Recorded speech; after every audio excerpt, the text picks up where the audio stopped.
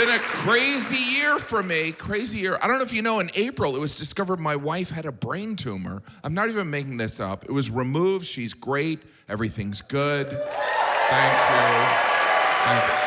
I didn't remove it. I was in the other room soiling myself, but the tumor is gone, along with my ability to ever win another argument.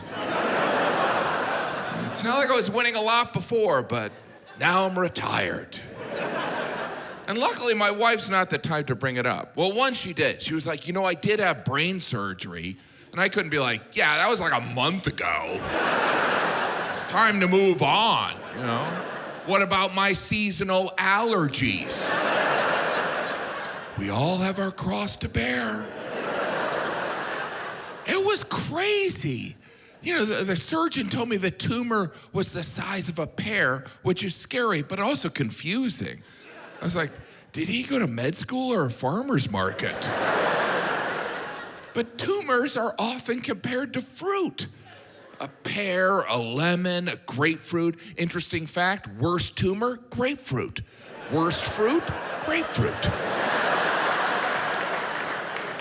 When you think about it, a grapefruit looks more like a tumor than a fruit. I almost feel sorry for grapefruit. Yeah, we can't win, yeah? We're already the worst fruit, now we're compared to the worst tumor?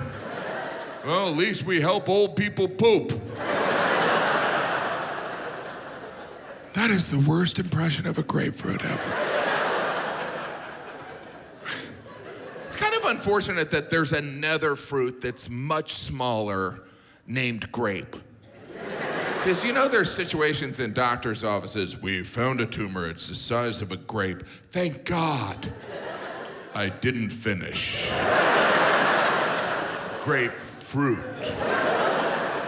Oh, that's very different. It was strange. You know, when the doctor told me the tumor was the size of a pear, I thought, wow, I guess doctors are bad at analogies. But I quickly realized they're just dumbing it down for idiots like me. Like the surgeon looked at me and thought, well, this guy's not gonna understand centimeters. I don't even wanna try and explain circumference.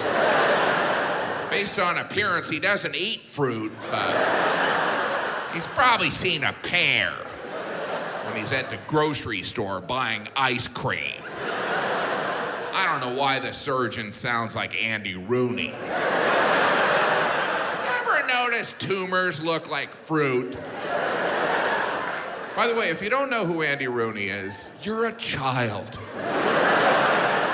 And if you do know who Andy Rooney is, you should probably eat more grapefruit.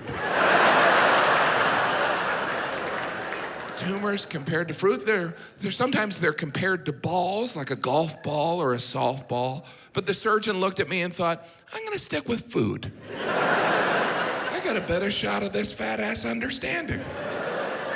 I joke around, but it was scary. We have 5 children, and there were moments when I was like, oh my gosh, if anything happens to my wife, those 5 kids are gonna be put up for adoption. Some of these jokes are just for the fathers. I did lose some weight last summer. Thank you. I did. Well, I had my appendix removed. Well, it still counts. I didn't know what the appendix was, and since I'm an idiot, I just pretended like I did. The doctor was like, we have to remove your appendix. And I was like, both of them? Luckily, he thought I was kidding. He's like, I'm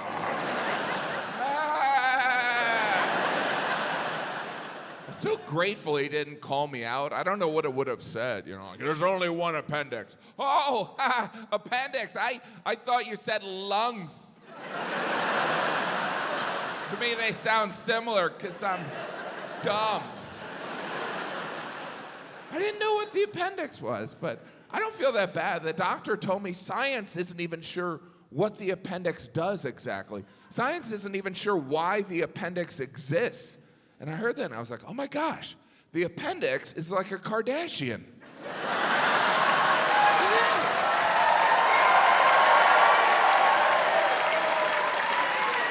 Think about it. It's a mystery to everyone. But for some of us, it causes excruciating pain and needs to be removed with a knife. Obviously, I'm not promoting violence against any of the Kardashians, just the mother. There's always one person that gets too into that joke. Yes, kill the mother. Kill her and smear her blood on my face. I think it's strange science doesn't know what the appendix does. That means nobody knows. You never hear science doesn't know, but Earl has a theory. Earl, when you were cleaning the toilet, you mumbled something. How is that an acceptable answer from the entire scientific community? Yeah, we don't know. Well, back to cloning everything. And they just removed the appendix. That's the solution. Take it out. We don't know what it does. And it's fine. But you know the first time they did it, we removed your appendix. Let's see what happens. I had my appendix removed in Alaska. That's not why I went there. I was on vacation with my family, and I had this sharp pain in my abdomen. And since I'm a genius, my first thought was, oh, I pulled a muscle in my stomach. That's what I sincerely thought. See all these muscles? I thought I pulled one, doing nothing. And the pain was overwhelming. I couldn't move. My wife was like, I'm gonna go for help, I'm gonna go for help. But we're in a remote area of Alaska, so she just ran to nearby cabins. Eventually she came back all out of breath. She's like, I found a guy. I was like, oh good, is he a doctor? And she goes, no. I go, is he a nurse? And she goes, he's a lawyer. I guess he can do my will. So then this lawyer doctor came over, started asking me questions, and when you're in pain, all questions are annoying. He's like, do you have a fever? And I was like, are you even a lawyer? He's like, is it a dull pain? There's nothing boring about this. Eventually, I had to be airlifted on advice of counsel.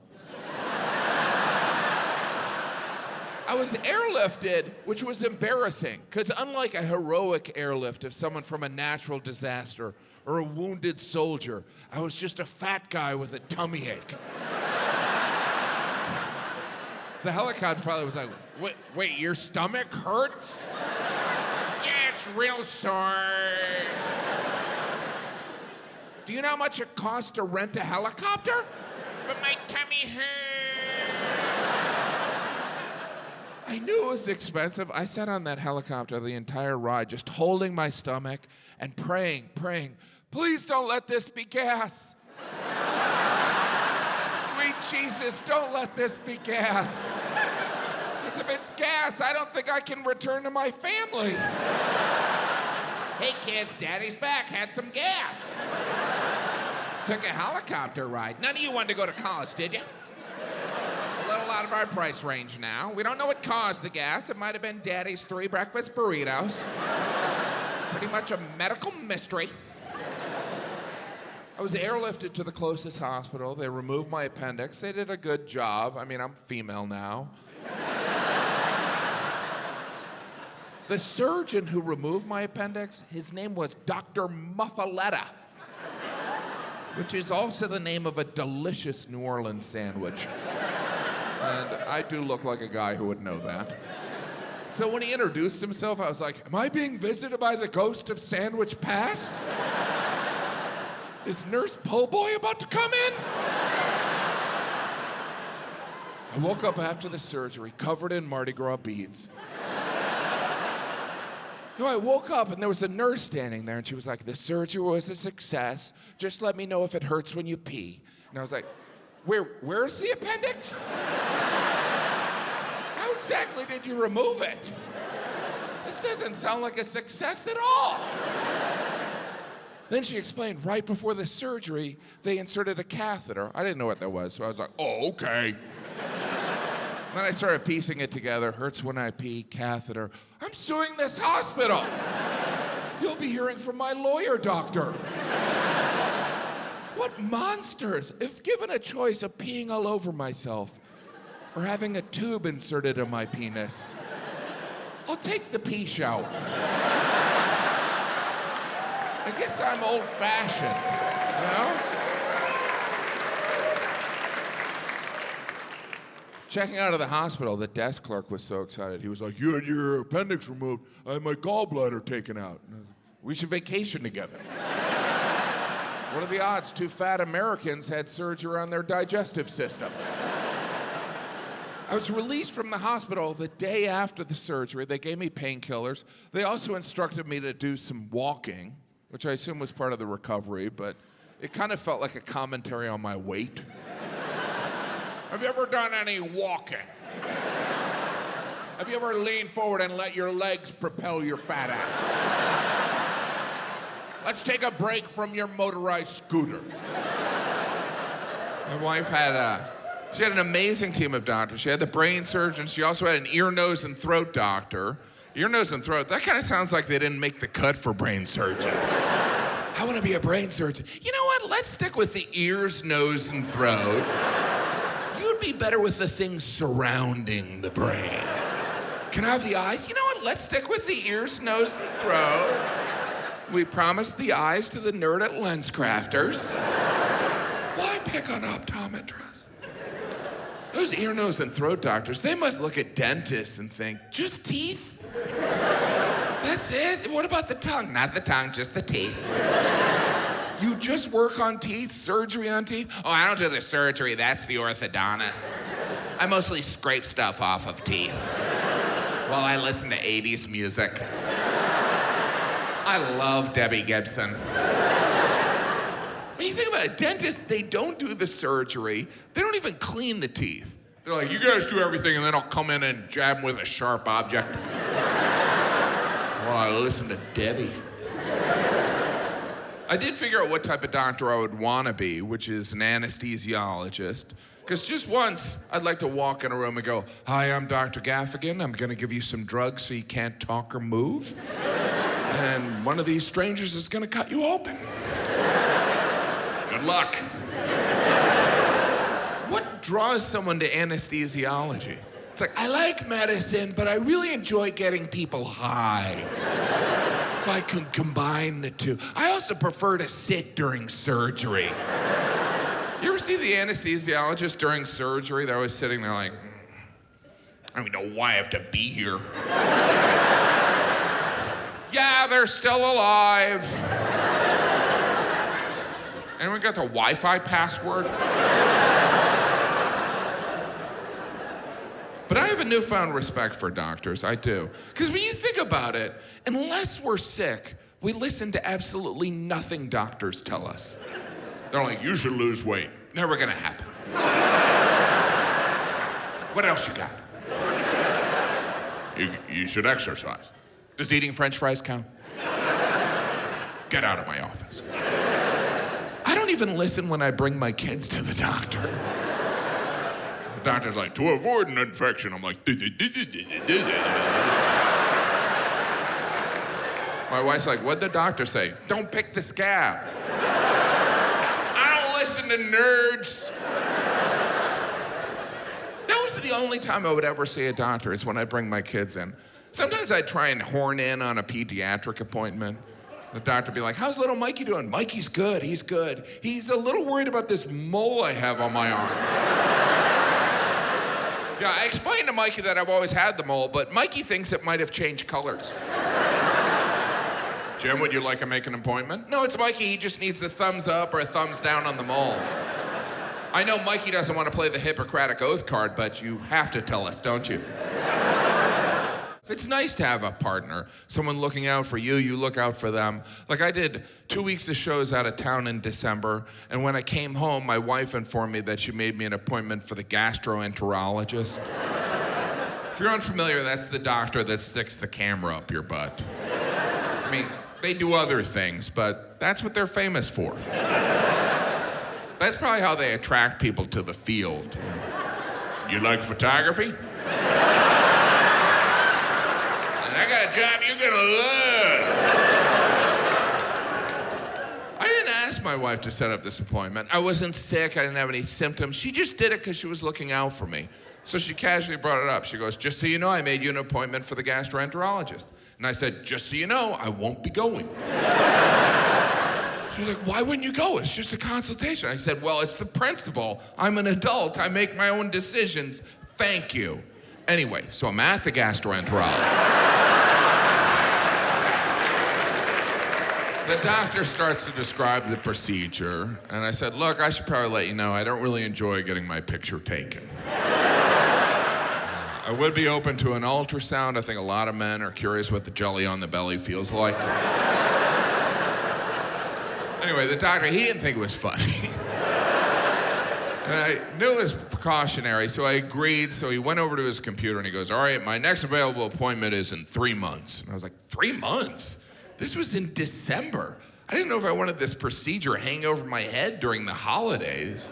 Jim, you want another piece of pie? No, I'm getting a camera up my butt. I don't want some team of doctors to be like, wow, this guy loves pie. Mary, get out here. He's got a half a pie up there. I didn't know what could delay this important procedure. But part of me didn't want to find out. I didn't want the doctor to be like, well, the real delay is finding someone to clean the camera. That takes turnover in that position's insane. You know, people do it once and they're like, you know what, I'm going back on food stamps. Then I was thinking, maybe it's the doctor. Maybe he's like, dude, I can only do this procedure once a month. Then I gotta take a week off, sit on the beach, and ask myself why I keep sticking cameras up people's butts. I could have been a dentist. Again with the dental reference. But in February, I had the procedure, and I think every man in here should get a colonoscopy, because I had to. It's not an easy decision, because the best news you can find out from getting a camera stuck up your butt is learning you didn't need to have a camera stuck up your butt. That's the best news. Yeah, we didn't need to do that. We can just chalk that up, one for fun. And the day before the procedure, you can't eat anything, and I'm a total pig, so I was terrified. But after I was awake for 5 hours and I hadn't eaten anything, I wasn't hungry. I was suicidal. I was so bored. I was like, what am I supposed to sit here and feel feelings?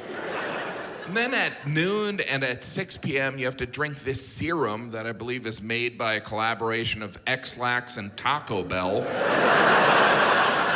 Printed on the side of the serum, it should have just said, drink this in the bathroom. Might want to grab a pillow and a book. Because I tell you, I've had diarrhea before. This is the point where everyone acts like they've never had diarrhea. I don't even know what Jim's talking about to you.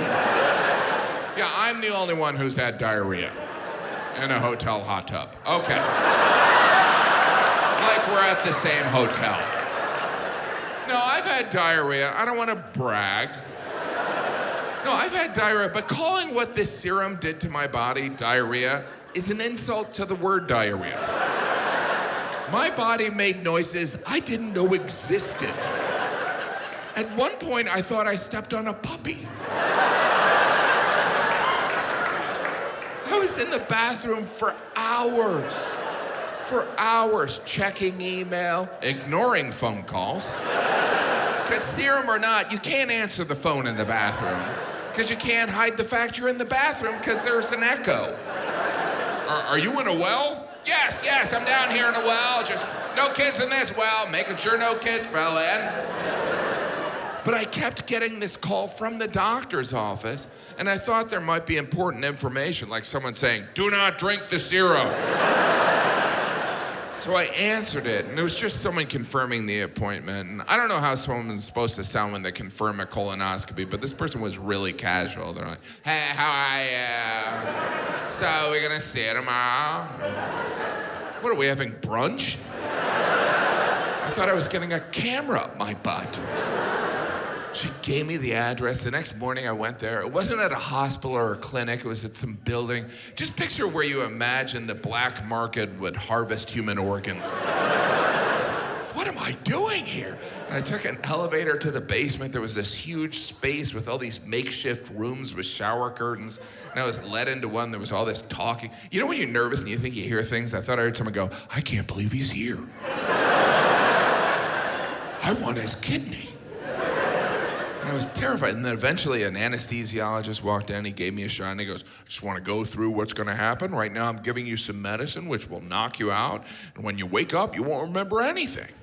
You okay with that? And against every instinct of my body, I just went, okay. And the last memory I had is just watching the anesthesiologist leave the room as I heard someone go, I want his spleen. And I woke up and I was fine. I mean, I'm pregnant, but I'm fine. I do sometimes lie up here. I'm not proud of it. But sometimes we all have to lie. Like, even when I tell my children not to lie, I'm kind of lying to them. Some people are like, you should never lie to a child. And those people don't have kids.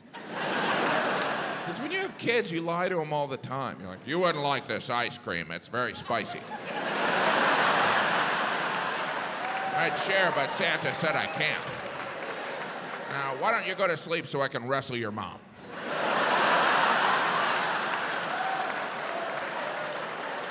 I'm not encouraging lying. I'm just saying there are times when you need to, right? Like if you're late to meet someone and you see that they're already angry and you don't have an excuse, you have to lie. Because if you told that person the truth, they would never speak to you again. You gotta be like, hey, I gotta come clean. I just couldn't motivate to get going. I mean, eventually I could. What I'm trying to say is I don't value your time. I've identified there are 2 times when it's socially acceptable to lie. To spare someone's feelings, it's okay to lie. It's also okay to lie to cover up a murder. Allow me to explain. When we discover someone's a murderer, we also learn they've done some fibbing. But we tend to focus on the murder part. You never hear, I'm angry he killed that guy, but frankly, I'm more upset about the lying. It's the dishonesty that bothers me. Some trust has been broken. Speaking of lying murderers, I watch a lot of Dateline. I don't want to brag. Some other winners out there.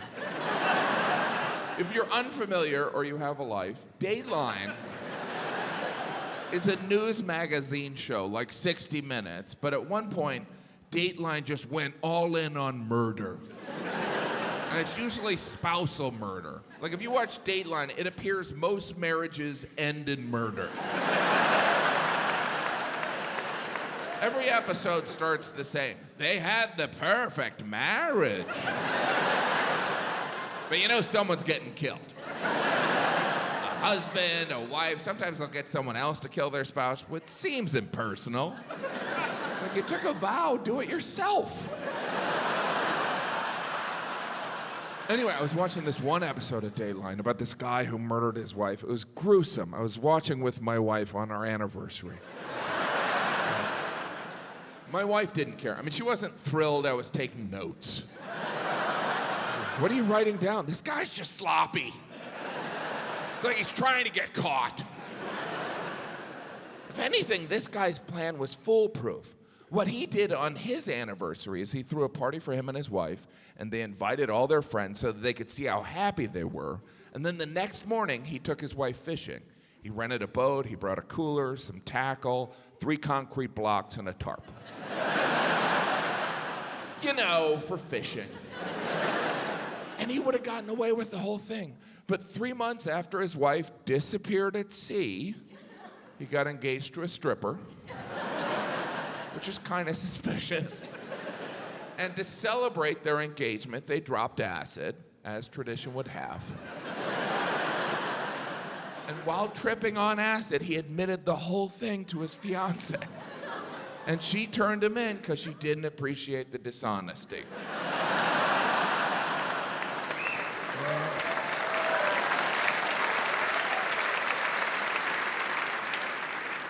And as the episode ended, all I could think is, I'm a terrific husband. I've never even thought of murdering my wife. Well, I've never made plans to murder my wife. Well, I don't own concrete blocks. I can see some of you are like, Jim, I don't like the murder jokes. I don't like them. But wouldn't it be great if in a week you learned I was a murderer? Because then you could brag. You could be like, oh my gosh, we were at the taping for a special. And he had all these jokes on murder. Were they good? Not really, no. He was better at murder than comedy. If you know me, I would do anything for my wife, and that's part of my alibi. No, I did one of those genetic tests. I was surprised to find out I'm all Asian. You do learn things from those genetic tests. Like, I discovered I wasted $100. They send you information. Mine just said, dude, you're white. In fact, you're very white. I hope you feel guilty. They didn't even break out my nationality. They just highlighted all the British Isles. They're like, you're trash from here. Wherever people need sunscreen. But what do we expect to learn from these genetic tests? Like, oh my gosh, I'm related to my ancestors. We're only gonna find out bad news. You see it in the commercials. I thought I was Italian, but it ends up my great-grandma was a whore. So I guess I'm Eastern European. Sometimes people think I'm saying Eastern Europeans are whores, and I am. No. My point is, only good family news is passed along. Like, if your great-grandfather was Abraham Lincoln, you'd already know that. But if your great-grandfather was the town drunk, your grandpa's likely to go, I don't remember. I think he worked in a bar. Chief gutter inspector. I do know I have some Irish ancestry, but apparently the Irish didn't keep great records because, well, draw your own conclusion. Some tells me they weren't busy sunbathing. I'm Irish, but I have blonde hair. Supposedly the only reason the Irish have blonde or red hair is because the Vikings invaded, pillaged, and probably other stuff. Those Vikings, the Scandinavians, I don't know if you've been to Sweden, it's like a whole country of Scarlett Johanssons. If I was in Ireland at that time, I would have been, oh no, some Viking lady's coming to pillage me. I guess I'll hide on this bed covered in rose petals. Hopefully she can help me put together that table. I prefer the cold to hot, I do. I know that's surprising looking at me, given I look like a snowman.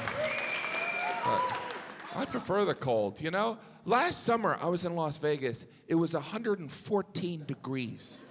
114 degrees. You can actually hear the sun at that point. It didn't feel safe. I was like, are we supposed to be here? 114. Like, you're never at a friend's house. You're like, warm in here. Yeah, I set the thermostat to 114. That's how I like it. I'm part lizard.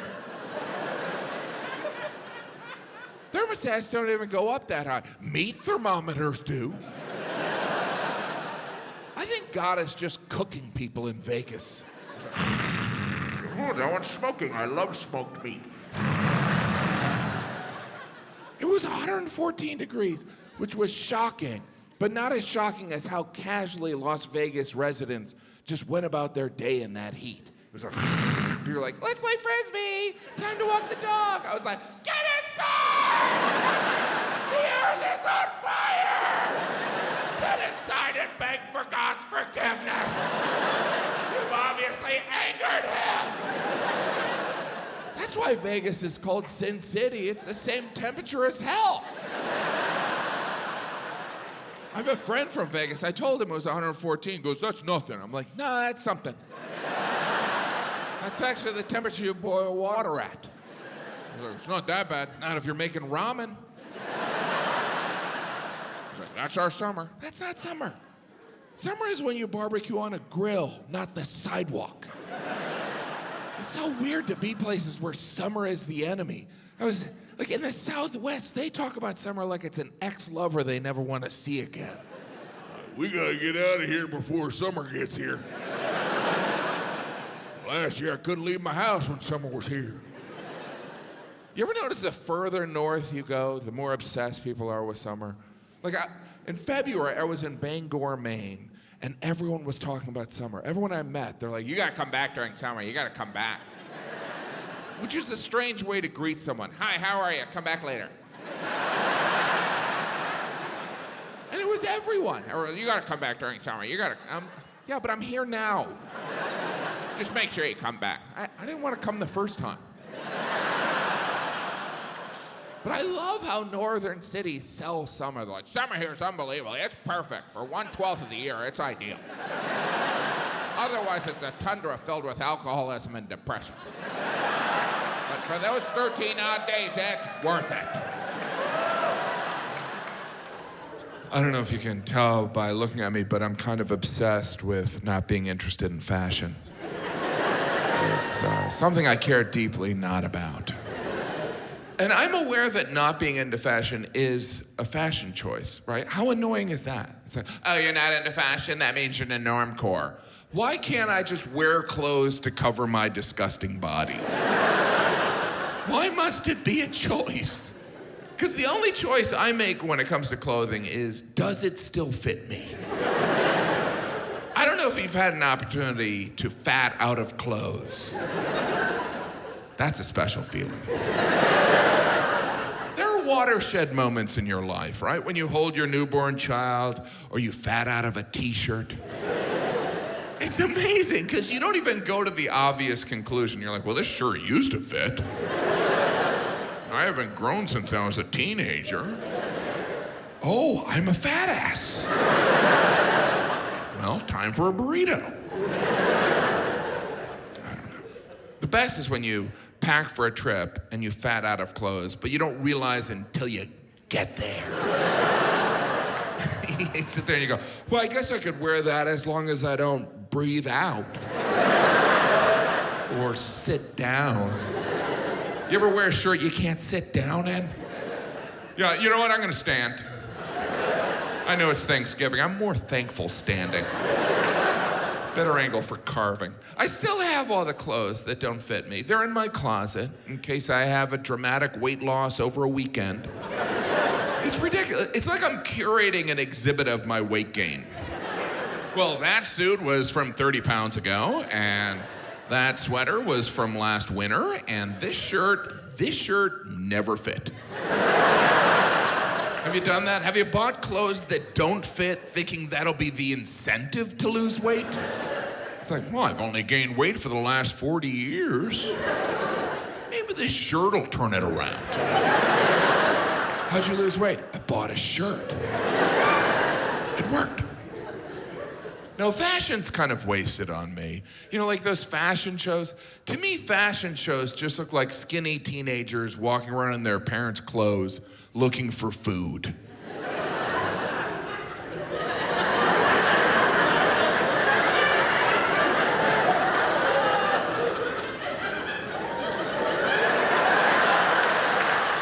Wow, there's no food out there. All right, I'll change my outfit and look again. Fashion shows are rather absurd when you consider they're just people sitting around watching people walk around in clothes, which is what people do in clothes every day. But at fashion shows, they're so fascinated. They're like, oh my gosh. Oh, wow. Look at that person walking close. How do they do it? Oh, if only we could watch them do laundry. And we all know what a fashion show is because we've seen it on TV. In December, they televised the Victoria's Secret fashion show, which is excellent, by the way. Well, that one's different because there's angels, so there's a spiritual aspect to the thongs they're peddling. It's interesting, all the models are beautiful. You ever notice that? You're like, yeah, Jim, that's the point. No, but all the models, they pick people that would look good in any clothing. Like, if you want me to buy a suit, show me Michael Moore looking good in it. And picking on Michael Moore. I'm friends with him. I like Michael Moore. And not just because he proves you don't need to shower to be famous. You ever see Michael Moore on television? He looks like he's been robbed of everything he owns. Are you the victim of a shipwreck? What happened? Pull it together. You won an Academy Award. Stop shopping at the Lost and Found. But I understand Michael Moore's mentality. Fashion's not gonna change his life. It's not gonna change my life. I look the same whether I'm wearing a t-shirt or a tux. I still look like someone who eats fast food. Probably because I do eat fast food. I look the way I look. Look, I didn't vote for Trump, but I walked around New York City and everyone the week after the election looked at me like, you did it. You did it. And I was like, I didn't do it. But after a couple days, I was like, did I do it?